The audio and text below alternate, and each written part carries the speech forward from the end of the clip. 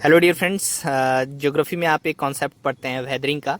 Weathering आपके बहुत ही important है क्योंकि वेदरिंग ही रॉक्स को तोड़ती है और फिर फर्दर जो रॉक्स हैं वो सॉइल में आपकी वेदरिंग के थ्रू कन्वर्ट होती है।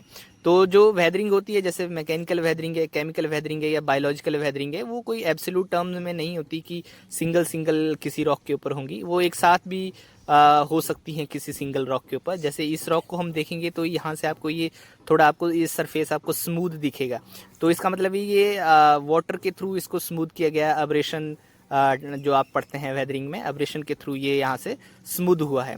इस तरफ आपको देखेंगे तो आपको छोटे छोटे होल्स इसमें दिखेंगे, जैसे एक होल ये है और भी ये छोटे छोटे होल्स है इसमें।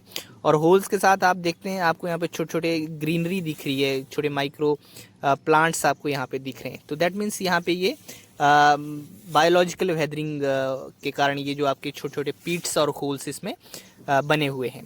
दूसरी तरफ अगर मैं इसको पलट के देखूं तो पलट के आप देखेंगे इसमें और छोटे छोटे होल्स आप देख पाएंगे।